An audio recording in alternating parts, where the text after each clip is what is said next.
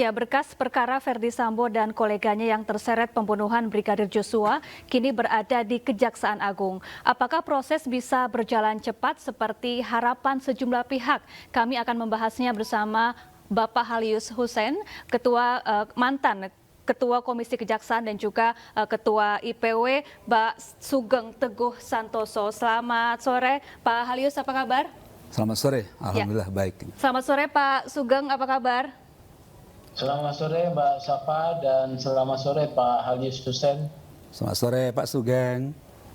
Ya, saya ingin bertanya ke Pak Sugeng terlebih dahulu. Pak Sugeng, ini publik menantikan persidangan kasus pembunuhan Brigadir Joshua dengan terdakwa Verdi Sambo dan 4 lainnya. Dan saat ini berkas perkara Sambo sedang diteliti oleh pihak kejaksaan. Apa harapan Anda terhadap proses yang saat ini tengah berjalan?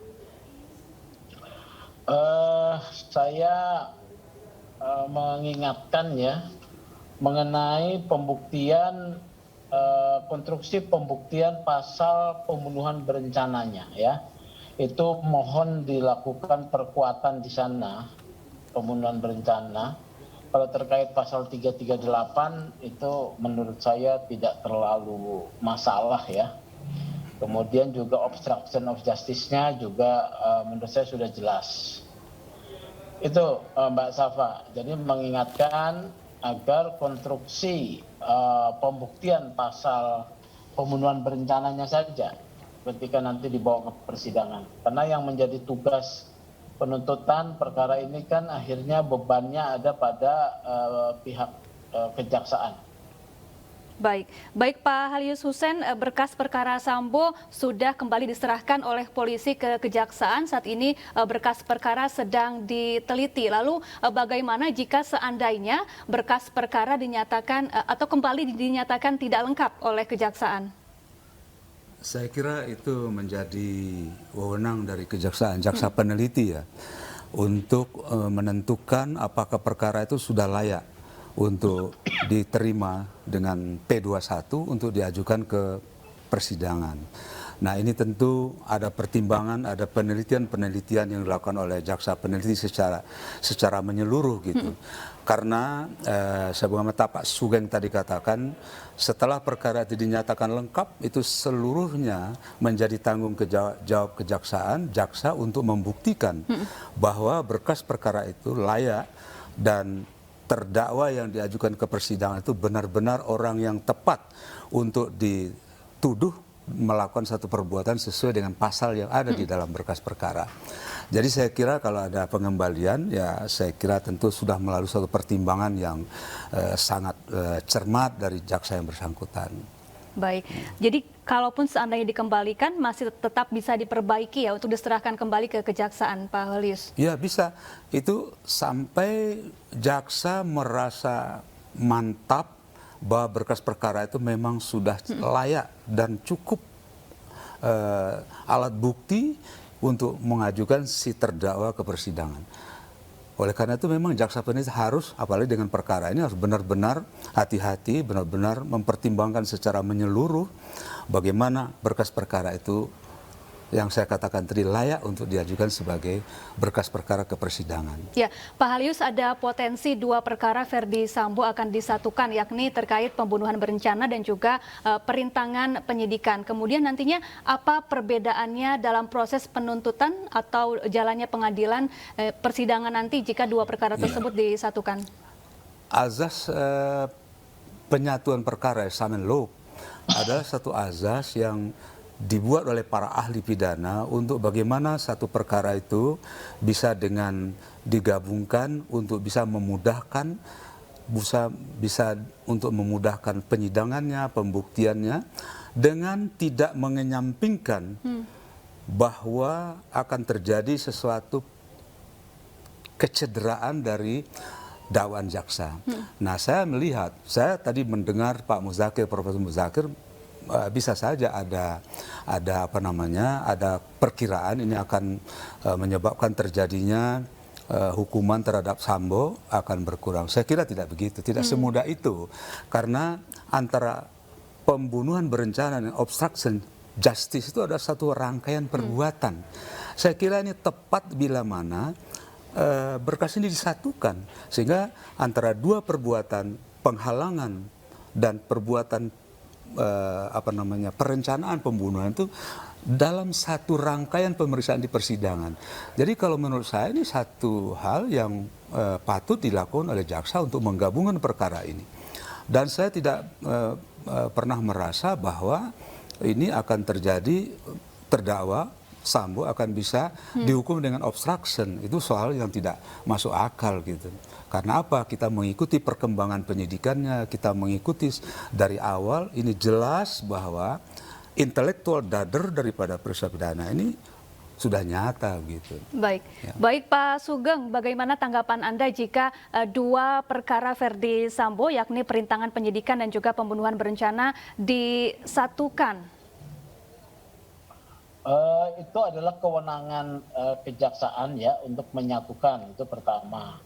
Kedua, memang tadi ada prinsip hukum ya, summon law atau concursus ini ya, bahwa dalam satu peristiwa pidana ada beberapa perbuatan pidana. Itu satu rangkaian perbuatan, bisa saja disatukan. Karena di sana kalau disatukan dalam beberapa perbuatan yang berbeda, bisa pasalnya berlapis istilahnya ya. Bisa dakwaan pertama ya, dan juga dakwaan kedua, atau bahkan dakwaan pertama primer, subsidiar, dakwaan kedua itu bisa dilakukan seperti itu ya. Yang penting buat IPW adalah bahwa pernyataan tadi Pak Halius benar itu ya, bahwa jaksa merasa mantap ya, mantap dengan berkas perkara yang disampaikan oleh penyidik, karena berkas perkara tersebut telah lengkap. Nah, ini penting sekali, mantap dan lengkap, supaya dakwaan tersebut menjadi cermat, jelas, dan lengkap ya. Sekali lagi saya menggarisbawahi pentingnya untuk melakukan konstruksi pembunuhan berencana ini ya. Ini selalu saya mau sampaikan, konstruksi pembunuhan berencana. Karena kalau pembunuhan berencana 340 ini ada banyak perdebatan ya dari beberapa ahli pidana yang saya ajak diskusi, banyak perdebatan. Tetapi kalau pasal 338 itu tidak banyak perdebatan ya, tidak banyak perdebatan. Sudah jelas ada perintah. Persoalan dia menembak atau tidak, tetapi perintahnya sudah ada dan ada yang menembak atas perintah itu sudah jelas itu ya. Jadi begitu. Kalau perintangan penyidikan juga menurut saya sudah jelas ya, perintangan penyidikan. Karena ada rangkaian tindakan menghilangkan barang bukti, merusak ya, dan segala macam itu sudah ada jelas. Baik, Pak Sugeng, jadi ini artinya kalau dilihat dari konstruksi hukumnya nanti ada kemungkinan pasal 340 terkait pembunuhan berencana ini bisa dihilangkan dan digantikan dengan pembunuhan biasa 338. Apa yang harus dilakukan agar pasal 340 ini tetap bisa diterapkan sebagaimana diduga di awal?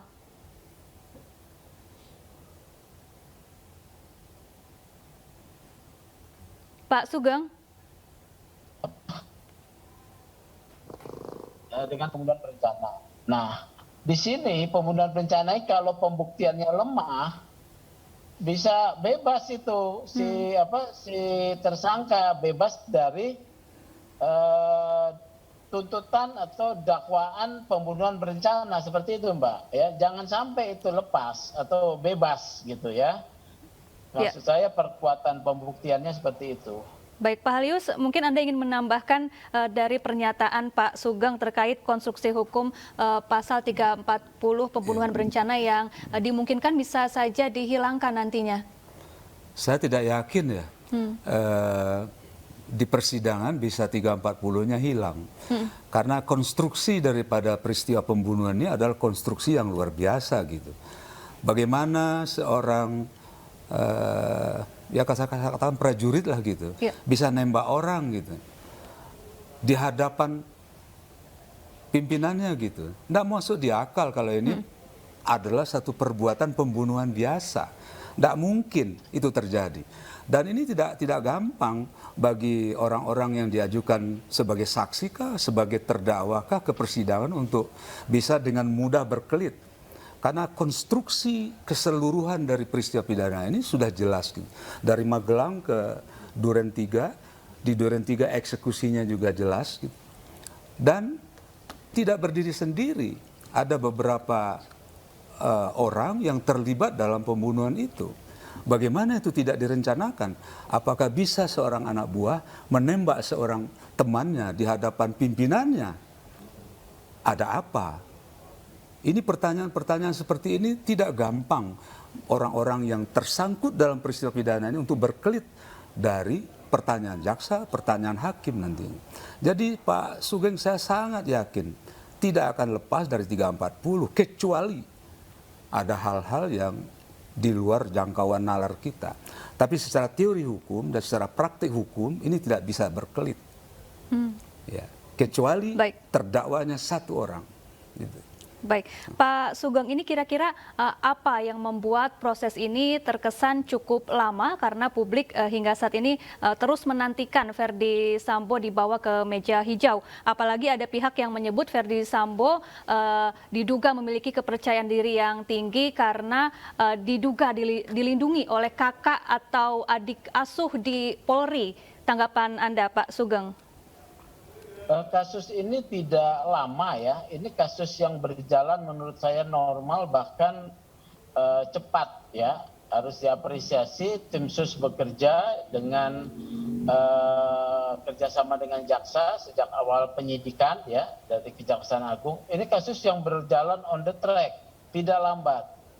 Karena pada saat masa penahanan sebelum 90 hari berkas ini sudah diserahkan kepada jaksa penuntut umum ya. Dan kalau masih pun dikembalikan misalnya ya, ini kita berandai-andai ya, masih tersedia cukup waktu untuk penyidik melengkapi berkas perkara tersebut karena masih tersedia waktu maksimal 120 hari. Mengapa kasus ini agak sulit, bukannya lambat ya, tapi agak sulit? Karena memang didahului dengan tindakan obstruction of justice, dihilangkannya barang bukti, ya. Kemudian ada intervensi terhadap barang bukti oleh para tersangka obstruction of justice. Jadi begitu. Kasus ini tidak lama dalam praktek yang saya jalani selama ini juga ini normal, bahkan menurut saya cepat ya. Baik Pak Halius, puluhan jaksa disebutkan dikerahkan untuk menangani perkara Sambo ini. Apakah ini bisa mempercepat segala prosesnya? Kira-kira berapa lama sampai nantinya Verdi Sambo bisa disidangkan? Singkat saja Pak. Ya, menurut catatan saya 30 ya. Ini menunjukkan keseriusan Jaksa Agung ya dalam menangani perkara ini. Tapi saya tidak bisa meramalkan berapa lama gitu. Karena ini tentu menyangkut bagaimana mereka di Kejaksaan Agung menilai perkara ini. Namun saya yakin tidak akan melebihi masa penahanan. Karena mereka juga berhitung sekarang tidak akan mungkin masa penahanan para terdakwa, para tersangka ini habis, kemudian mereka bebas demi hukum. Saya kira tidak. Pasti masih dalam jangka waktu penahanan, perkara ini sudah akan dilimpahkan P21 dan mereka akan menjadi tahanan jaksa untuk beberapa waktu ke depannya. Baik, terima kasih Pak Halius Hussein, Ketua Komisi Kejaksaan tahun 2011-2015 dan juga Pak Sugeng Teguh Santoso, Ketua IPW telah bergabung bersama kami di News Sore. Semoga nanti persidangan dapat berjalan secara adil, transparan dan juga terbuka begitu ya. Baik, terima kasih.